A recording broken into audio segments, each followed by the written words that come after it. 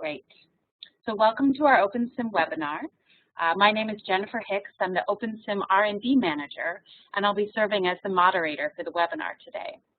I'm pleased to welcome today's presenters, Ilse Jonkers and Friedl de Groote, who are joining us from KU Leuven in Belgium. Next slide, please. OpenSim is a freely available software application for visualizing musculoskeletal structures and simulating movements of humans and animals.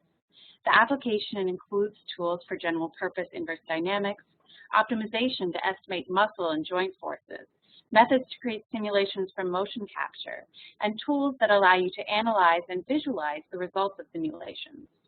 So the first goal of our webinar series is to showcase cutting-edge research that's being performed with these software tools in OpenSim. OpenSim is also a growing and geographically diverse community of users. So the second goal of our webinar series is to provide an easy platform for the OpenSim community to communicate and collaborate. Before we get started, I have a few quick reminders about the webinar format. Questions will be addressed at the end of the presentation using the Q&A panel. If you need any additional technical help, you can also consult the guide on our website. Now I'd like to introduce Ilse Jonkers and Friedl de Groote. Ilse is an assistant professor in the Department of Kinesiology at KU Leuven in Belgium. Her research on neuromuscular modeling and motor function bridges the fields of biomedical engineering, rehabilitation research, human movement science, and medicine. Friedl de Groote is a postdoctoral research in the Mechanical Engineering Department at KU Leuven. For her research, she brings her expertise in numerical optimization and experimental system identification to the domain of motion analysis and neuromuscular modeling and dynamic simulation. Both are extraordinarily active members of the OpenSim community. They've contributed to the OpenSim project by publishing top quality research, sharing their models and simulation tools, and serving as ambassadors for modeling and simulation. With that, I'd like to welcome Ilse and Friedl and have you go ahead and get started. Thank you, Jen. Thank you for joining us in this webinar in which Friedl and I will be presenting two studies of the PhD thesis of Karin Janssen. So let's start this presentation with the following set of gait animations. In the top two animations, you see a gait pattern characterized by a clear asymmetry in step length. Also in the frontal plane, a limping-like motion is obvious. I'm now adding another set of animation that also presents a clear asymmetry in step length. One of these two subjects is a normal subject and the other a stroke subject. Based on the lower limb kinematics, it is hard to discriminate both subjects and to identify the stroke subject. The top animations represent a healthy subject walking on a split bell treadmill. In these conditions, the speed of both bells can be varied independently. In this condition, the subject walks with one belt running at 1 km/h and the other belt running at 4 km/h. Therefore, the mechanical configuration of this setup introduces a limping-like motion, and any changes observed in muscle coordination relate therefore to mechanical factors. The bottom animation represents a stroke subject that is walking on a tight bell treadmill, so both bells are running at the same speed. Here, the gait asymmetry is at least partially induced by the acquired brain lesion. After stroke, cerebral oxygenation is disrupted, and this results in neurological damage. This interferes with force production and muscle coordination of one side of the body. In addition, spasticity may develop. These impairments all compromise normal gait. They reduce walking speed and induce an asymmetric gait pattern, often referred to as Hemiparetic Gait. To date, it remains unclear to what extent the mechanics of asymmetric gait interfere with the coordination requirements, or to what extent the altered muscle control and specific reflex hyperexcitability can affect the gait kinematics and kinetics. To explore the contribution of mechanical factors, we induced an asymmetric gait in able-bodied subjects using a split bell treadmill.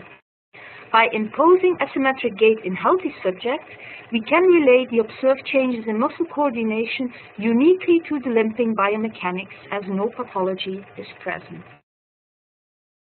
Therefore, the aim of this first part of the study is to investigate the changes in muscle contributions to the acceleration of the center of mass imposed by gait asymmetry, and we did this using the OpenSim framework. Secondly, we want to relate these observed changes in the muscle contribution to previously reported changes in muscle contribution in hemiplegic subjects. To do this, we collected kinematic and kinetic data in 12 healthy subjects using a 3D motion capture system and an instrument treadmill. We tested 3 conditions. A first condition with both belts running at 1 km an hour.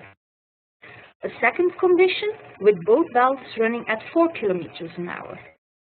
And a third condition with one belt running at 4 km an hour and the other at 1 km an hour. This is a split belt condition. So comparing between the first and the second condition allows us to investigate the changes in muscle contribution that result specifically from changing the gait speed. By comparing the first two with the third condition, we can evaluate to what extent the muscle contribution changes in the asymmetric condition and evaluate to what extent muscle contribution differs from the corresponding tight belt condition at similar speed. These changes can then be related specifically to gait asymmetry. The following slide presents the workflow we used. We used OpenSim 2.4 for our analysis. We used the musculoskeletal model of Hemner that extends the Delp model with arm segments. This model was scaled to the anthropometry of the subject using the 3D marker positions measured in a static trial. And also we used the subject's weight to scale the model's weight.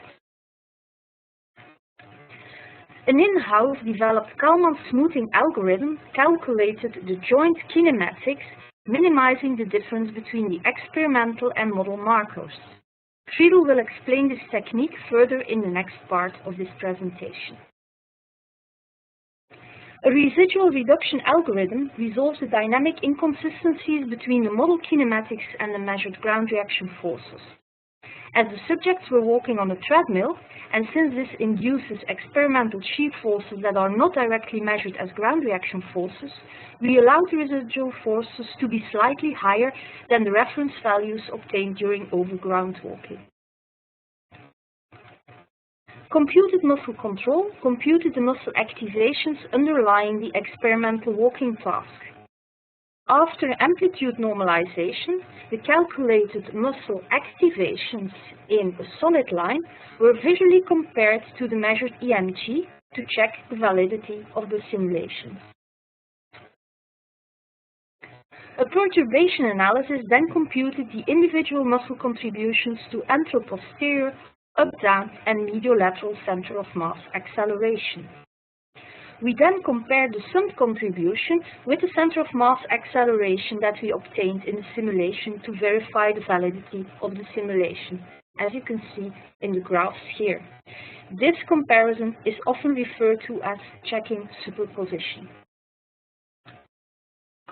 Within the current study, we used the perturbation analysis to calculate the center of mass acceleration induced by a specific muscle or gravity. The force of each muscle or gravity was increased with 1 Newton, and the equations of motions were then integrated forward over a fixed time window of 0.03 seconds, and this to evaluate the effect on the center of mass acceleration. To allow the changes in the ground reaction force and moments during the perturbation, linear and torsional springs were added between the model's feet and the floor. In the most recent versions of OpenSim, the perturbation analysis is now replaced by an induced acceleration analysis. This technique also changes the actuator forces and gravity with a fixed amount, but then evaluates the instantaneous effect on the center of mass acceleration. As it does not depend on forward integration, this technique is computationally more efficient. we choose to use a perturbation analysis as it would allow us to directly compare our speed-related changes with the previously published study of Liu et al. So the contributions were averaged over different subphases of the gait cycle. Based on the average muscle contributions in the subject group, we then identified the 10 largest muscle contributions. Here we present the contribution of the soleus and the gastrocnemius to, on the one hand, anterior-posterior acceleration, the vertical acceleration, and the mediolateral acceleration of the center of mass during terminal stance of gait.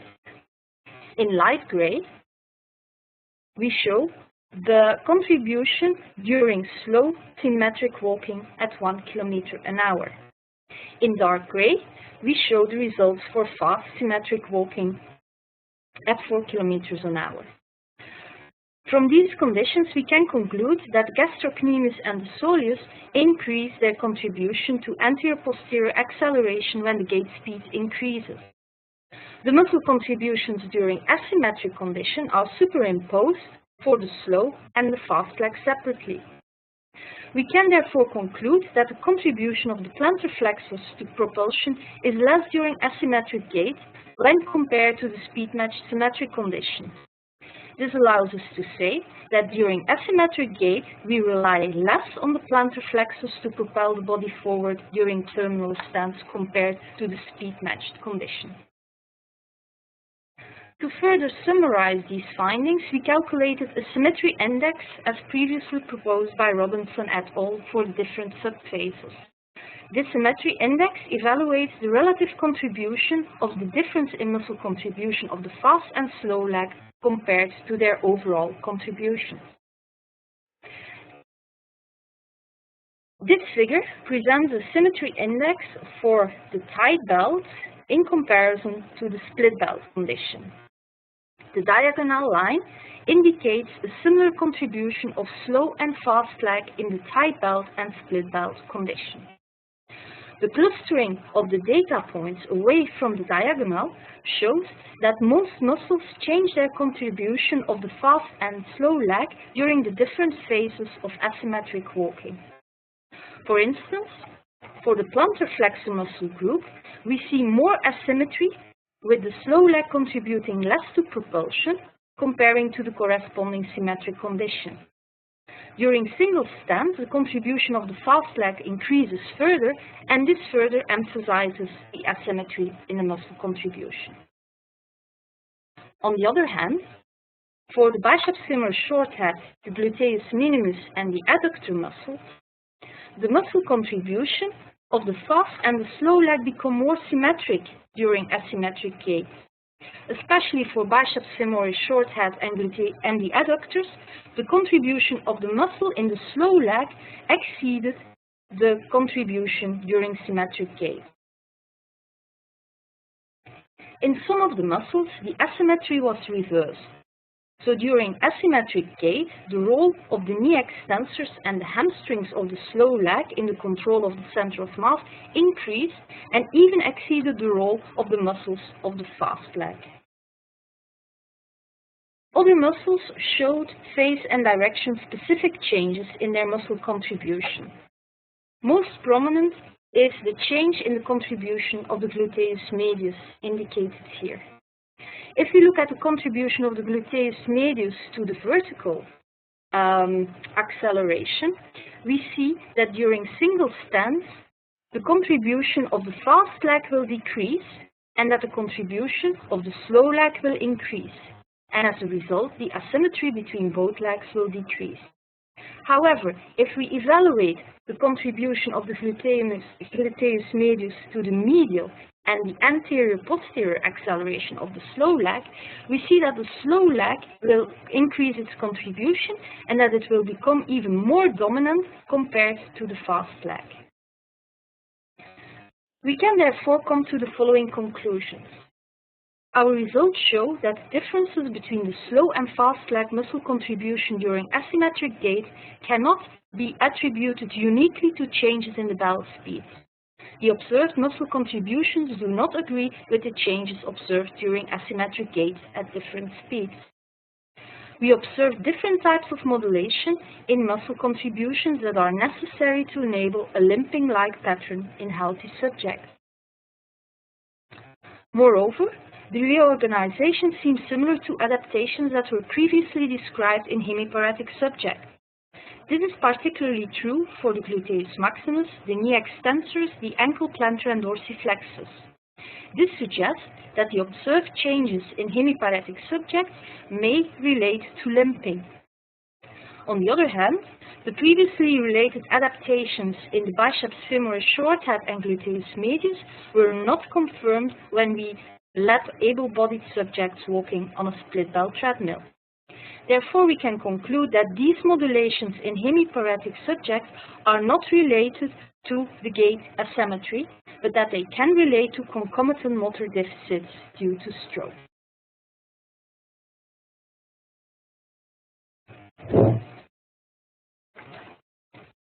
I'm now taking over from Ilse for the part exploring the neural factors. Based on observed gait patterns, it has been suggested that reflex hyperexcitability contributes to gait impairments after stroke.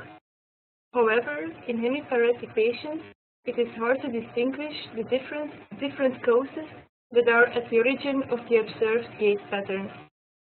To study the effect of reflex hyperexcitability in isolation, we developed a simulation framework.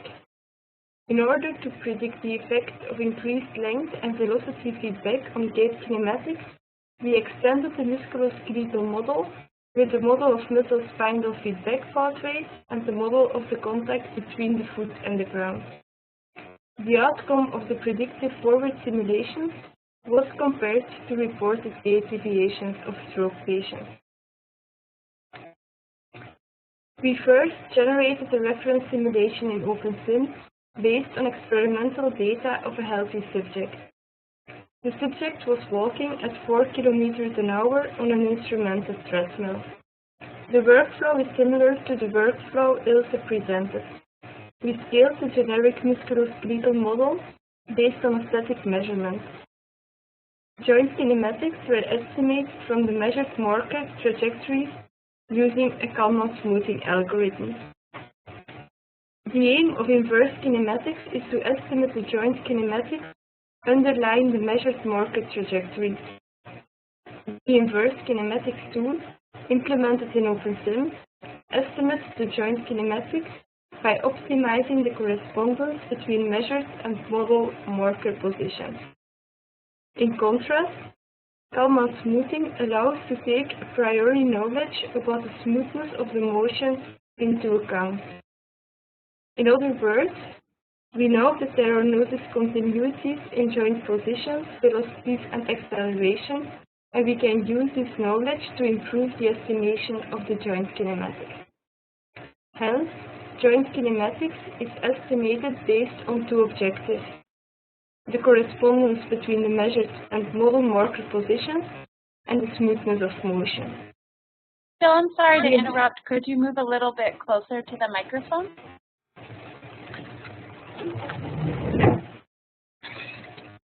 Okay, I hope this helps.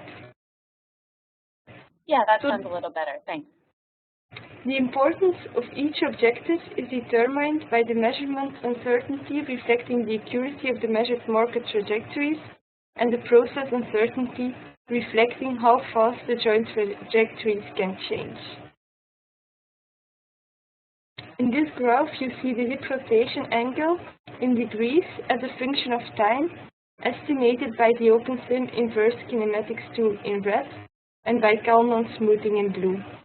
You can see that the joint trajectory estimated by Kalman smoothing is indeed smoother than the joint trajectory estimated by the inverse kinematics tool.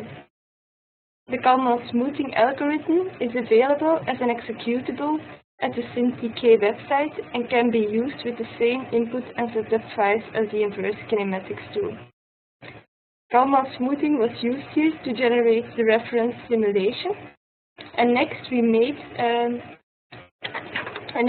applied a residual reduction algorithm to impose dynamic consistency between measured ground reaction forces and joint kinematics. Finally, computed muscle control was used to calculate muscle excitations underlying the measured motion. And these muscle excitations will further be referred to as the reference muscle excitations. Next, we made two additions to the musculoskeletal model.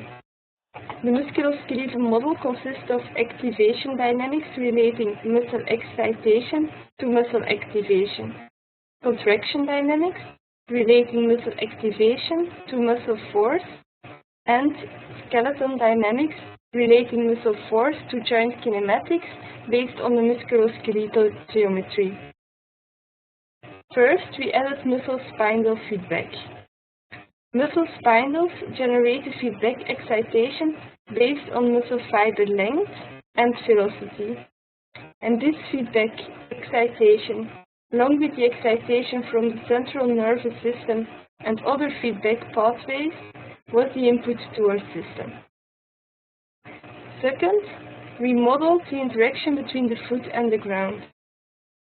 Altered feedback will change kinematics and hence the foot-ground interaction, meaning we can no longer use the experimentally measured ground reaction forces. Feedback from muscle spindles was modeled as follows. When the muscle is lengthening, and hence muscle fiber velocity is positive, muscle spindles generate a feedback excitation proportional to muscle fiber length, with a certain gain KL. And this feedback signal is applied to the muscle with a certain delay characterized by the time constant tau. Similarly, muscle spindles generate a feedback excitation proportional to muscle velocity, muscle fiber velocity, when muscle fiber velocity is positive,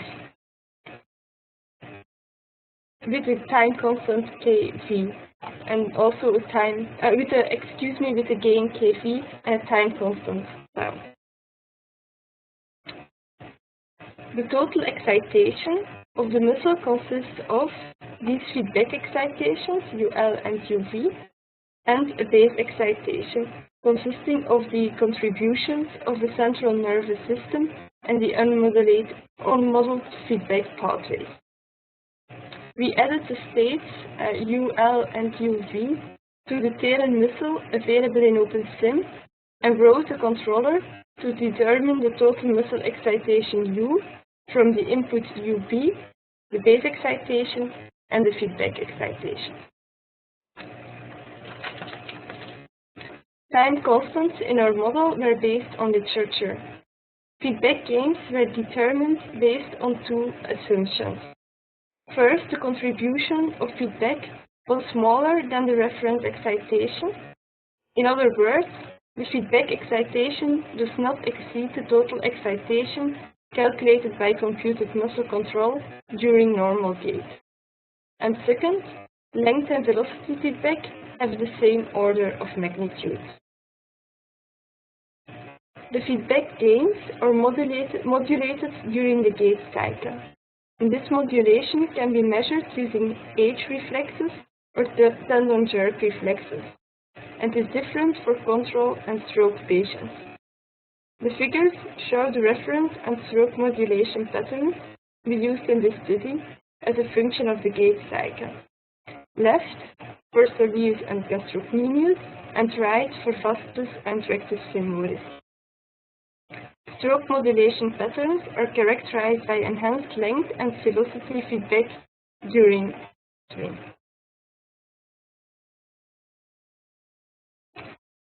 The interaction between the foot and the ground was modeled to be able to account for the altered ground reaction forces when the kinematics change as a result of increased feedback gains. The foot-ground contact is modeled by an elastic foundation model. The contact surface is described by three spheres as is shown in the picture.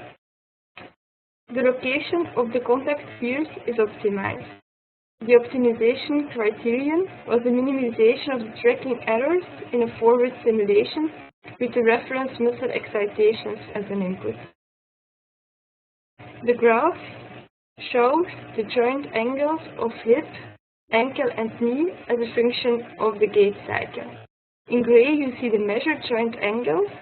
In black you see the simulated joint angles when applying the measured ground reaction forces left and when using the foot-ground contact model on the right. The effect of increased feedback was studied in soleus, gastrocnemius, vasti and rectus femoris separately. To limit integration errors, forward simulations were performed for intervals of 10% of the gait cycle. To evaluate the effect of altered feedback gains, the forward simulation was repeated with the same base excitations and increased gains and altered gain modulation patterns. Base excitations were calculated based on the reference simulation. These graphs show the changes in kinematics resulting from increased feedback in the soleus. You see the change in kinematics as a function of the gait cycle for the different joints, hip, knee and ankle. In black with a normal modulation pattern and in gray with a stroke modulation pattern. Gait cycle starts with stance. Under the graph you see a visualization of the change in kinematics with reference simulation on the background in white. Reflex hyperexcitability of soleus results in increased hip and knee extension during stance and increased ankle plantar flexion in stance and during swing for the stroke modulation. Reflex hyperexcitability of the gastrocnemius results in increased hip and knee flexion during mid-stance and the second half of swing, and an increased ankle plantar flexion during swing. Reflex hyperexcitability of the vasti results in increased hip and knee extension during stance-swing transition, and an increased ankle plantar flexion at initial contact.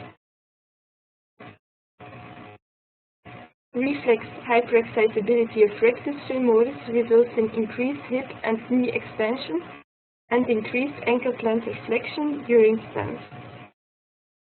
Ilse will now discuss these results and relate them to gait impairments observed in stroke subjects. To summarize these findings, I will relate the hyperexcitability in these individual muscle groups to specific gait impairments. We found that hyperexcitability of the gastrocnemius and soleus was found during different phases of the gait cycle, with a more flexed pattern due to hyperexcitability of the gastrocnemius and an extended pattern related to the soleus, and this was obvious both during stance and swing.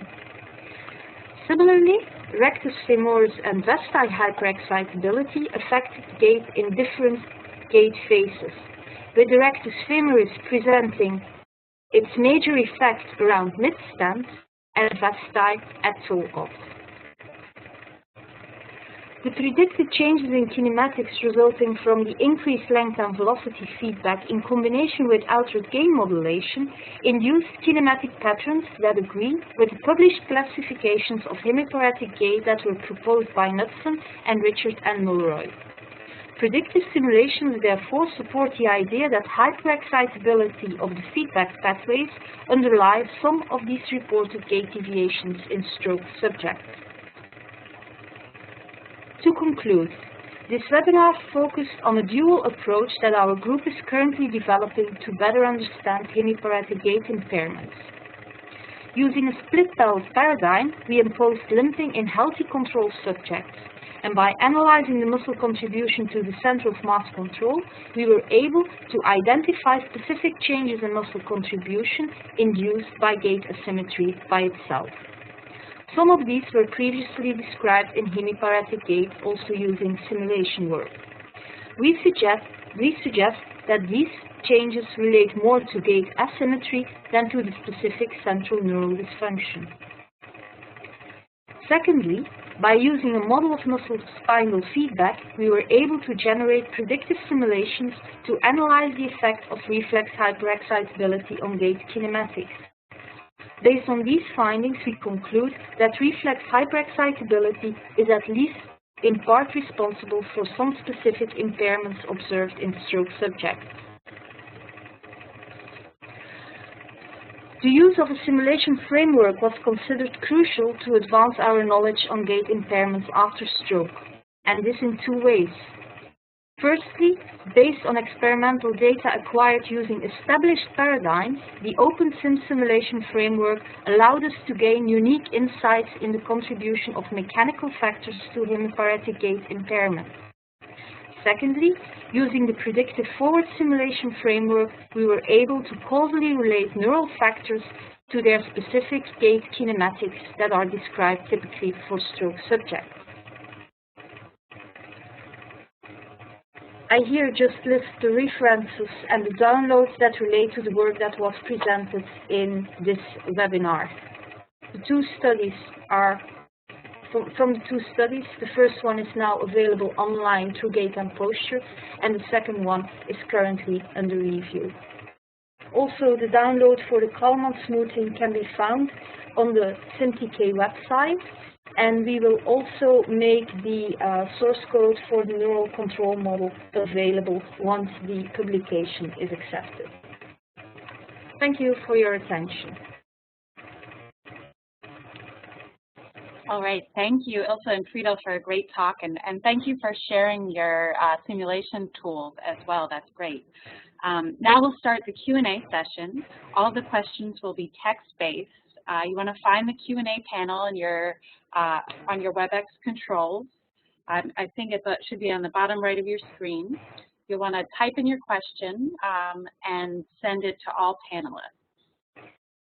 So with that, we'll go ahead and get started with the questions. While we're waiting for some questions to come in from the audience, I'll go ahead and ask a question.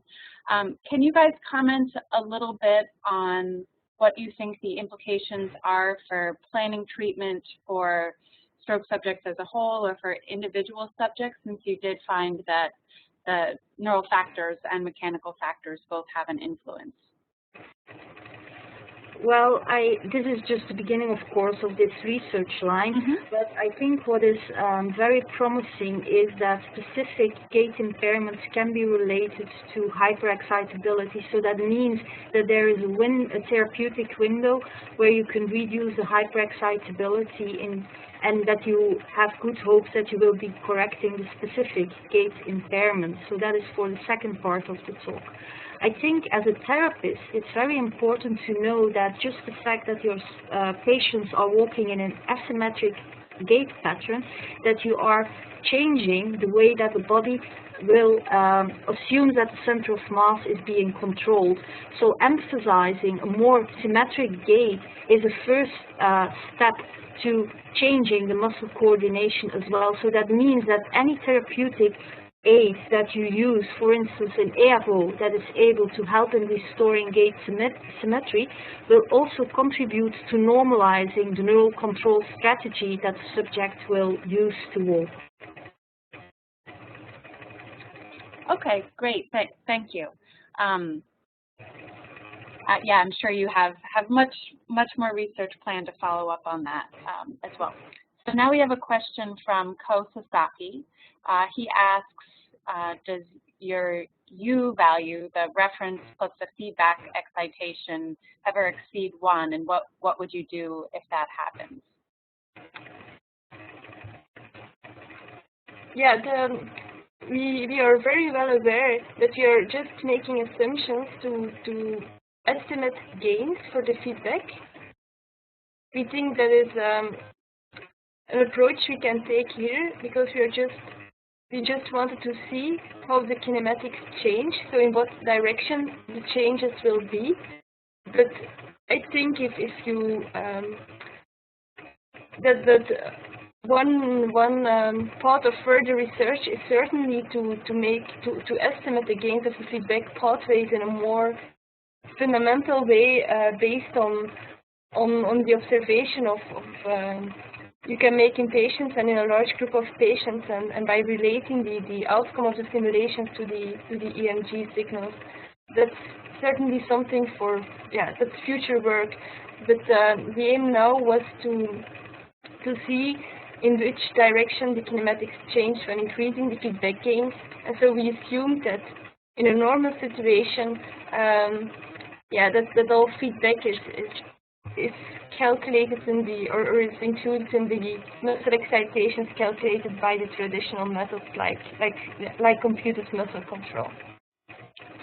So I think the answer is those feedback gains and estimating those feedback gains. That's something that has to be improved over the Okay. Do you know if there were there instances where you had your reference control from CMC and you calculated the feedback excitation? Was that always less than 1? We choose the gains such that it was always I see. Okay. So I'll move on to the next question. Is from Maryline Vanderkroot. In your gait simulations, did you see a difference in the effect due to velocity-dependent control versus length-dependent control? No, we saw very little differences, and that's why I didn't split out the results. We analyzed velocity and length feedback separately, but we saw very little differences between the two. Okay. So now a question from Rebecca Routson. Apologies if I mispronounced that. Did you look at the values of the reserve torques in the first study?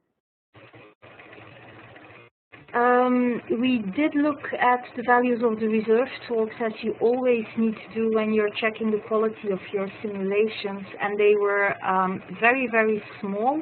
There was a small value, and I don't have the figures here, but a very small contribution of the plantar flexors, mainly at the end of stand phase, but it was really below the threshold values that are usually reported in the simulation study. Okay, good. While we're waiting for some more questions to come in from the audience, please type in your questions. I'll ask another one though. You did comment on your use of the perturbation analysis tool versus an induced acceleration analysis tool. Do you think that the two analyses would have led you to any different conclusions? To be honest, we haven't done a side-by-side comparison, but I can see that there is a difference between the results, because in the perturbation analysis you do take into account the effect, for instance, on the states of the muscles, whereas in the induced acceleration analysis it's only an instantaneous effect. However, it should be verified how big this effect is, because the induced acceleration, of course, is very elegant and is less computational expensive. I have to say that we had to wait for a week on some of these results of the perturbation analysis, whereas with the induced acceleration, it really comes out and the time required is in the order of several minutes. So that is also something which we find an improvement in the induced acceleration analysis. But I can see that not integrating the equations of motion and the states of the muscles may relate to some differences in the eventual outcome. Okay, that makes sense. I'll ask one more question that's kind of a random one, I guess. Is there any way that has anyone ever looked at trying to manipulate a split belt treadmill with stroke subjects, such to have them practice walking without a limp? Yeah, that's one of the paradigms that is being used, where you change the speed of the belts so that you have them walk more symmetrically. Although then, of course, the question is, what do you define as more symmetrical? Because by imposing more symmetrical step length, for instance, you force them in a pattern they are no longer used. So you will see a lot of co-contraction in your EMG. So from a therapist perspective, that may not be what you want to do. Although saying that, it's one of the follow-up projects that we would like to look at, and look at the changes in the muscle contribution when we force the subjects to walk more symmetrical. Okay. Yeah, that would be interesting to see. Yeah. Okay, now another question from Maryline van der Kroot. Your forward dynamic predictive simulations cover only a short part of the gait cycle each, if she understands it correctly. Do you think this is a valid approach to truly predict the effect as it appears in cyclic gait? Yeah, she understood it correctly, and I think that is a valid approach to study what the direct or in which way the kinematics will change when you have some hyperexcitability. But I think that we certainly want to move this approach further and take into account the control strategy of the subject. So I think that the only way to be able to generate a predictive simulation of a full gait cycle is to bring the control strategy of the subject into account, so that you can, the subject will of course react and adapt to the changes in kinematics, and that's something we have not modeled up till now, but we certainly want to model in the future. And that will make the approach even more, it will allow us to do a deeper analysis of the problem, where now we are just limited to see what the differences are, what the changes are, without being able to predict how large these changes are in an absolute way. We can just say, okay, it will change in that direction, and that's what our results are up to now. I think also, if I can add something, I think Marjolein is correct in saying that quite often you want to see, for instance, the effect of something that happens at the end of span and how it transfers into swing phase. We did some work on the foot contact modeling as well, and with our current implementation of that foot ground model, we can now simulate correctly, or what we think is correctly, up to about 20% of the gait cycle. So we are able to extend the window over which we can produce a good forward simulation. But I think any longer than that, you may introduce so many additional controls that you may be compensating for some effect. So I wouldn't stretch that period much longer. Right. That's one of the creating those types of predictive simulations. I think it's one of the big challenges for the biomechanics field. So now a question from Andre Roca. From your findings, would you consider more valuable a gait training session that's focused only on the repetitive practice of the stance phase? So swinging the unaffected limb forward and backward, or a treadmill training where you focus on speed and gait cycle? That's a hard one, and it's not really something that I would feel comfortable to comment on based on the results of the study. But I think what we can show based on the first study is that the mechanical factors are really dominating how muscles are behaving and controlling the different segments and the center of mass. So that means that if you want to train a subject to do a specific function, at least part of your training should also relate to that function in particular. So if you do not consider the interaction between the foot and the ground and the mechanical demands that is imposing on the control system, you might train more the underlying switching between extensor flexor activity, but that may not be appropriate when you consider the foot-ground interaction as well. Okay. Thanks. I think we have time for one more question. This is from Ward Bartel.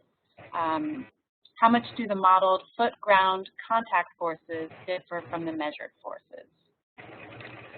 They differ little. I would say it's about on the vertical peak. I think it's about 5% that they do differ. In the current simulation, there was a larger difference at 2 off, but yeah. In the meanwhile, we further developed the foot-ground contact model. We have a better contact geometry, and also we have more degrees of freedom in our foot, and that allows us to also better predict the ground contact force at 2 off. So I think that the fit is quite well. Okay, great. With that, we'll go ahead and close the Q&A part of the webinar. Thank you, everyone, for all of the great questions. You can move to the next slide for me. Oh, next one. Okay. Next slide, please. So I need to acknowledge our sponsor, our funding sources. So OpenSim and this webinar series are supported by several grants from the NIH and the EU, including an NIH grant that funds our National Center for Simulation and Rehabilitation Research. We're also supported by the DARPA Warrior Web effort. Next slide. I want to thank you again, thank everyone again for a great discussion and a great webinar from Friedl and Ilse. You can find information about more upcoming webinars, about the National Center for Simulation and Rehabilitation Research, other upcoming events like workshops, either here at Stanford or at conferences, and other resources that we provide to the OpenSim community. You can find all of those at our website. And also a quick plug, please complete the survey that will appear in a pop-up window at the conclusion of the webinar. Your feedback will help us improve the webinars and choose upcoming topics. So thank you all for participating. We hope you'll continue to stay involved with the webinar series and with the OpenSim project. Thank you.